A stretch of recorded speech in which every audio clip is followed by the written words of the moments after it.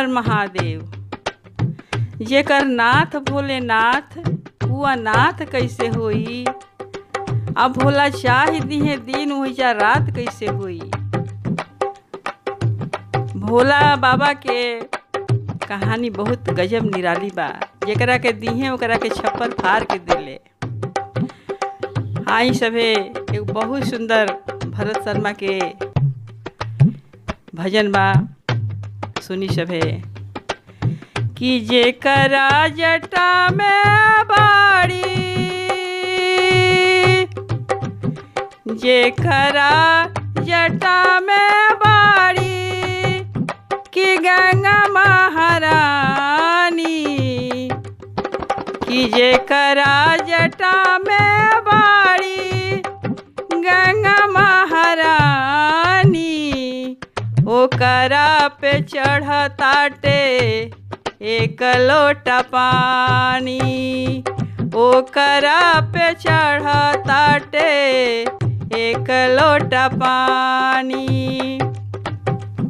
जेकरा जटा में बाड़ी गंगा महारानी, ओकरा पे चढ़ता रे एक लोटा पानी।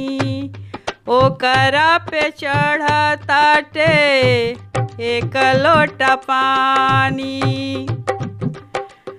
मित्रों, वहाँ के नाम देवाधिदेव महादेव सब देवता से अलग बानी।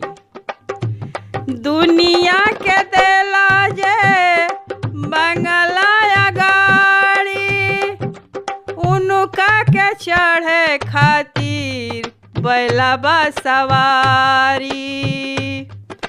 दुनिया के देला जे बंगला गाड़ी, उनका के चढ़े खातिर बैला बा सवारी। अपना के रहे के ता, अपना के रहे के बा टूटा ही पलानी। अपना के रहे के बा टूटा ही पलानी। ओकरा पे चढ़ता रे एक लोटा पानी। ओकरा पे चढ़ता रे एक लोटा पानी।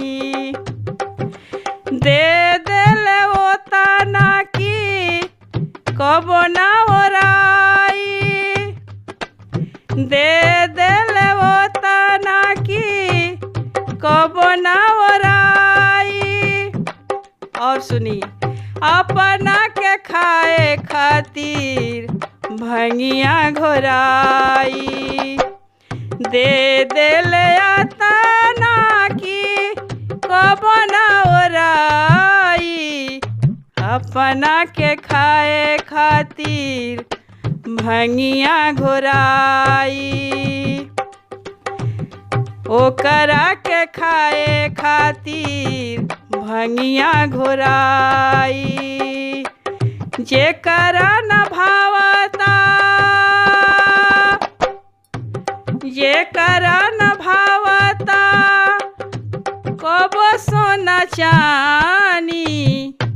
जेकरा न भावता कबो सोना चानी।